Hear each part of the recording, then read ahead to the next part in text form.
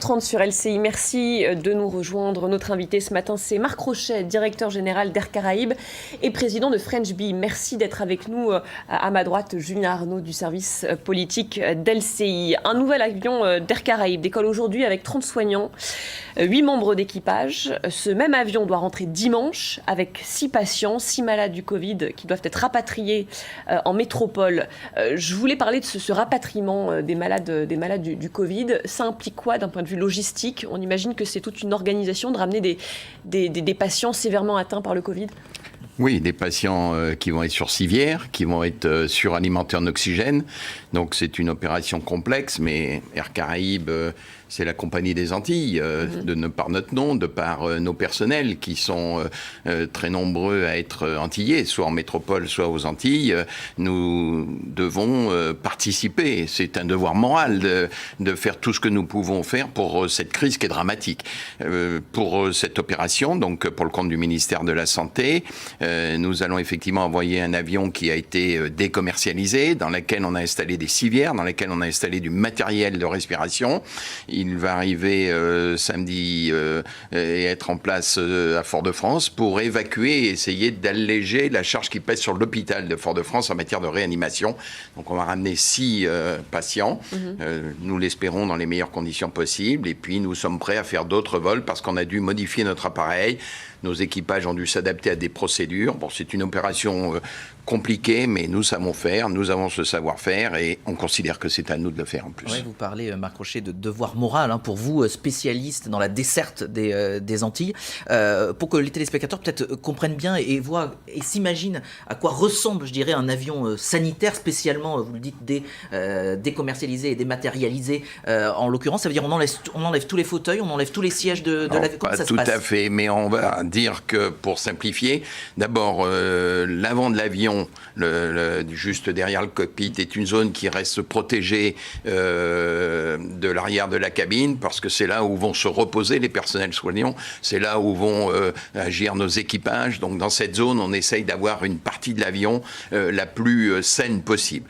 Derrière ces rideaux que nous installons, la cabine reste telle que vous la connaissez, mais une partie des sièges vont être transformés en quelque sorte. Les dossiers, les accoudoirs vont être modifiés et on va venir installer des civières avec toutes les contraintes qui s'imposent. C'est-à-dire qu'on ne met pas simplement une civière sur des sièges. On est obligé de les attacher, de les sangler, d'installer des câbles parce qu'il y a du matériel médical, il y a du matériel respiratoire, il y a des bouteilles d'oxygène et en tout cause, on doit rester le plus près possible des mesures de sécurité. Imaginons que cet avion, ce qui évidemment ne se passera pas, mais doivent freiner brutalement au moment de l'atterrissage. Il ne faut pas que tout ce matériel puisse subir la moindre déformation et il faut protéger les malades, il faut protéger les personnels, il faut protéger bien sûr les soignants. Donc c'est pour ça qu'on aménage et c'est pour ça d'ailleurs qu'on a une demande spéciale approuvée par l'aviation civile. Le gouvernement parle d'une situation dramatique aux Antilles. Est-ce que ces 6 patients donc, que vous ramenez, vous avez atteint là votre capacité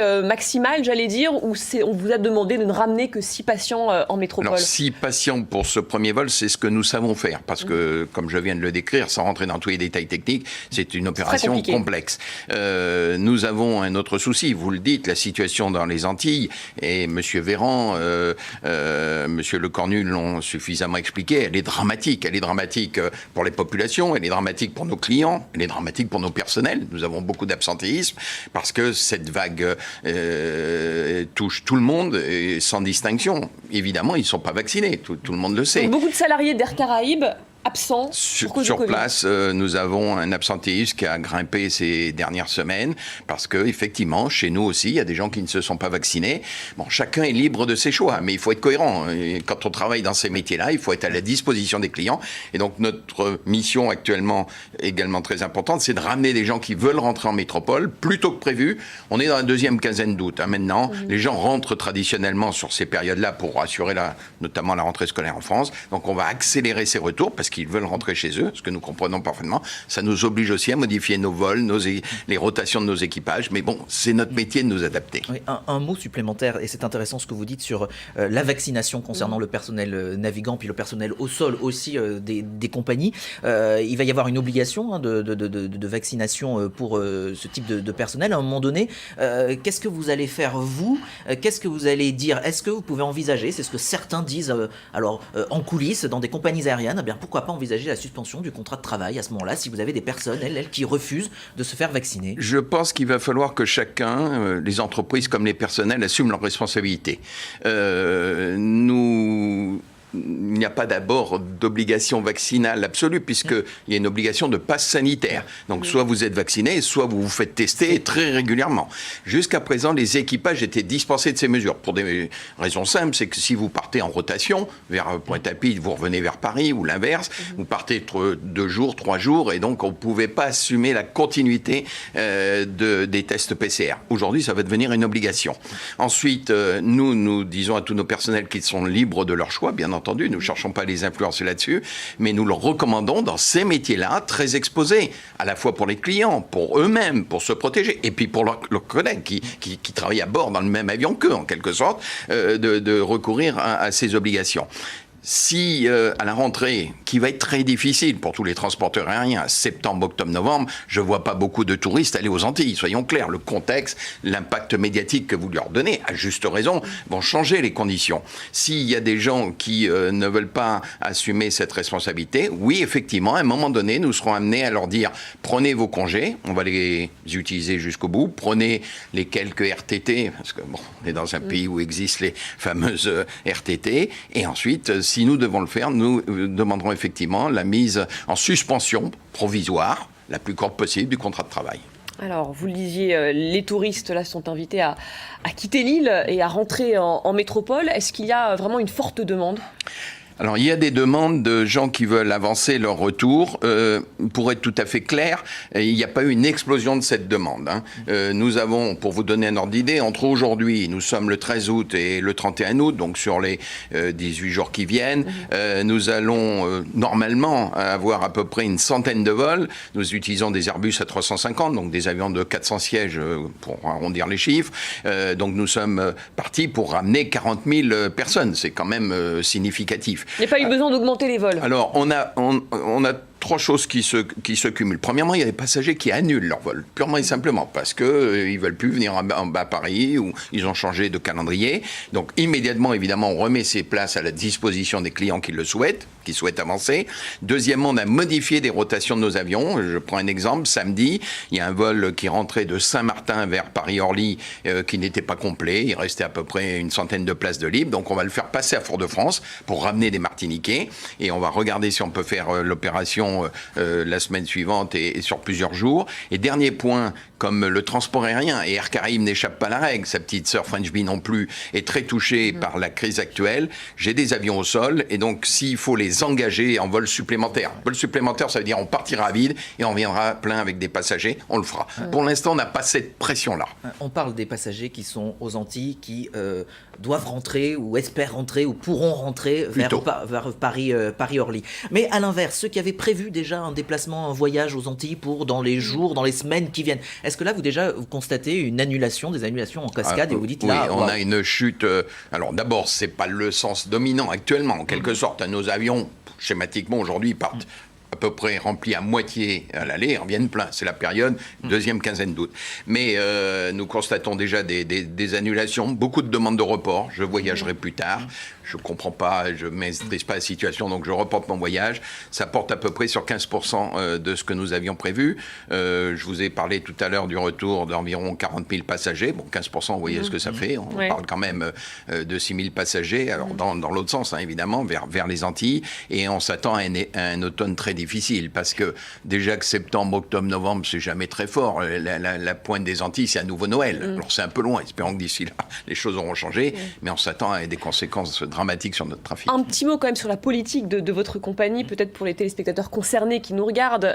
On peut reporter le voyage sans frais. Comment ça se passe? Absolument. On peut annuler? Aujourd'hui, vous pouvez d'abord changer votre vol. C'est ce que font des passagers qui nous appellent et qui disent je veux rentrer plus tôt. Ça, on le fait tous les jours. On a dû en faire 300, 400 cette nuit, parce que nos centres d'appel restent disponibles, bien entendu.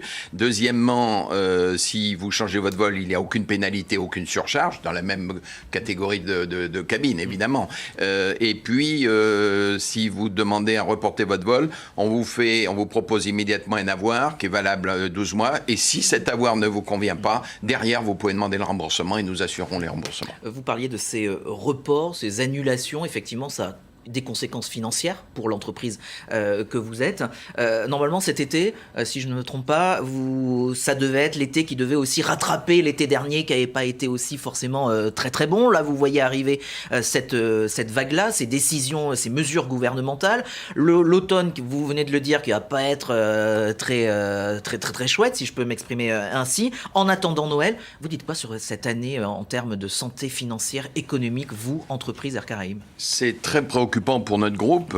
Très schématiquement, jusqu'en mars 2020, il y a donc 18 mois, Air Caraïbes, French Bee étaient des compagnies très robustes, profitables. En toute humilité, nous avions de très bons résultats financiers. Nous avions le fort soutien de notre actionnaire, le groupe Dubreuil, qui se porte aussi d'une façon très satisfaisante. Et puis, on est rentré dans ce tsunami médical, en quelque sorte. Donc, en 2020, pour la première fois, nous avons perdu beaucoup d'argent, alors que nous étions, comme je viens de le dire, profitables. Et on espérait en 2021 revenir au moins à l'équilibre de nos comptes. Ça ne sera pas le cas. Donc on va se trouver confronté à de nouveaux déficits.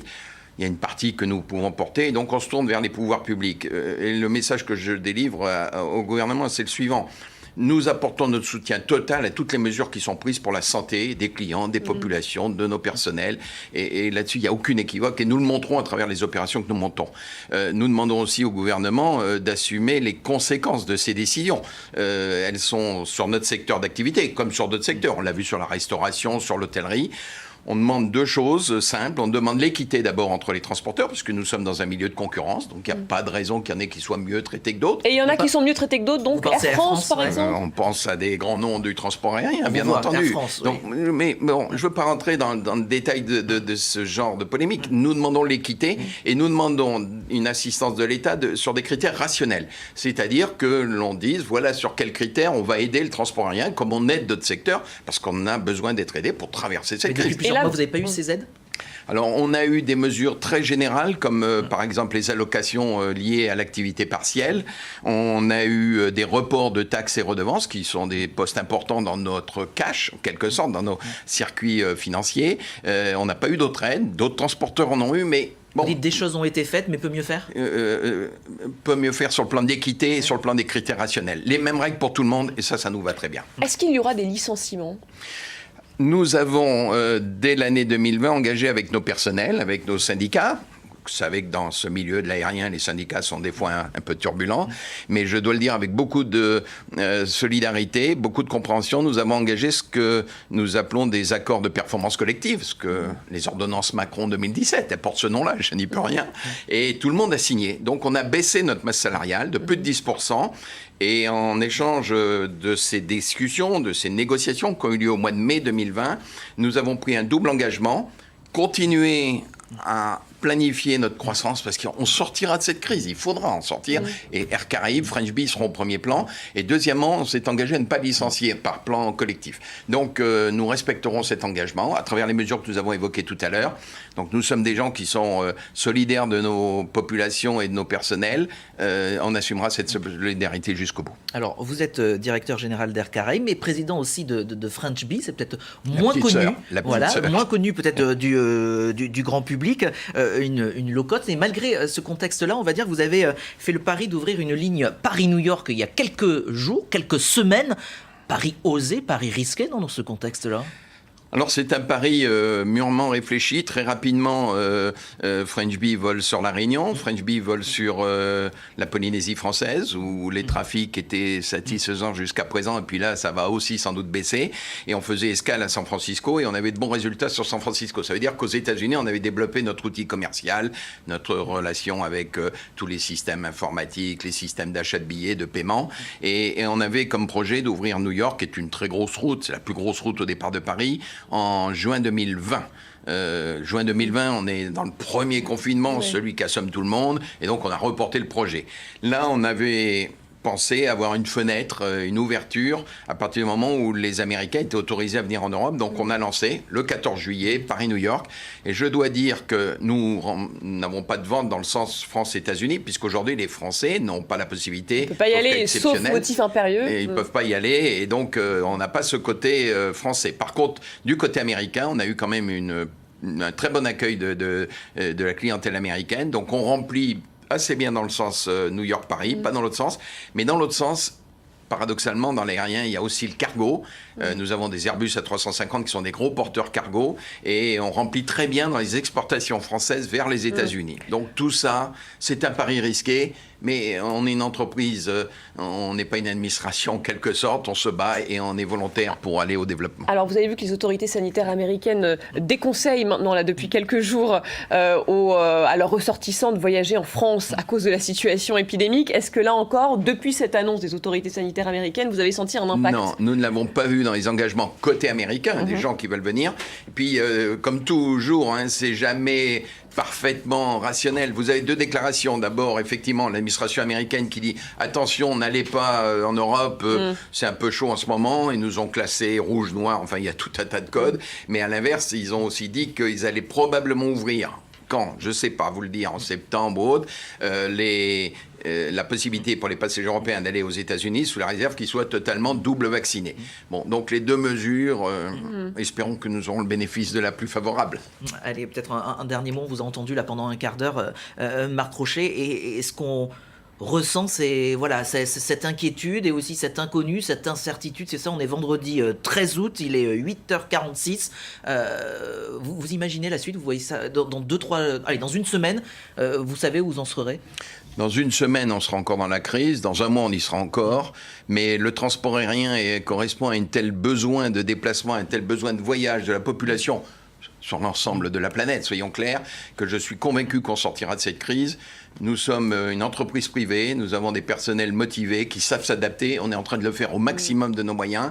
Et donc, je suis inquiet à court terme, on y passe nos jours et nos nuits. Sur le long terme, je suis optimiste et je crois encore à notre développement. On voulait quand même revenir, une toute dernière question, sur une proposition que vous avez faite qui a fait pas mal réagir. Vous proposez de passer à un seul pilote dans le cockpit au lieu de deux. Vous avez un peu jeté un pavé dans la mare. Racontez-nous pourquoi. C'est pour réduire les coûts? Pourquoi? Alors d'abord, le sujet a été un peu raccourci. L'aviation est un milieu très conservateur, soyons clairs. Et donc on vit avec des choses, des règlements, des codes. Je vais vous donner un exemple. En France, on a encore les règlements européens, qui sont des règlements modernes sur l'utilisation des équipages, et un code de l'aviation civile qui date des années 50. Tout ça, ça se cumule, ça se stratifie, c'est pas moderne. Parce qu'aujourd'hui, on a deux pilotes dans le cockpit tout le long du trajet. Aujourd'hui, nous avons une contrainte qui est d'avoir en permanence deux pilotes dans le cockpit sur tout vol, et en particulier, cela nous amène sur des vols, on va dire par exemple des vols de 10 heures. Alors pourquoi 10 heures? Parce que en 1954, le Constellation, il tenait l'air 10 heures. Mais aujourd'hui, les avions, ils tiennent l'air 14-15 heures. Et les règles n'ont pas été adaptées. Donc nous nous projetons dans l'avenir et la technologie est là. Et ce que nous disons, c'est pas d'avoir qu'un pilote dans l'avion, c'est d'avoir deux pilotes dans l'avion, dont un puisse se reposer avec tous les moyens modernes de repos et l'autre qui soit aux commandes avec là aussi l'assistance maximale de la technologie. Et en particulier, de savoir s'il est en pleine possession de ses moyens et tout. C'est possible, des choses sont en cours d'être essayées et nous avons décidé, soyons clairs avec Airbus, puisque nous sommes utilisateurs des Airbus A350, le meilleur avion actuel, de regarder ces options. Donc on travaille dessus. Et ça viendra. Alors, autant l'accompagner, autant être dynamique, autant être promoteur, plutôt que de subir des choses ou de rester bloqué sur son passé. C'est pas comme ça qu'on évoluera. Mais ça suscite l'opposition du syndicat national des pilotes de ligne, en tout cas. Ça crée un petit peu des remous. Mais merci beaucoup. Mais ça viendra.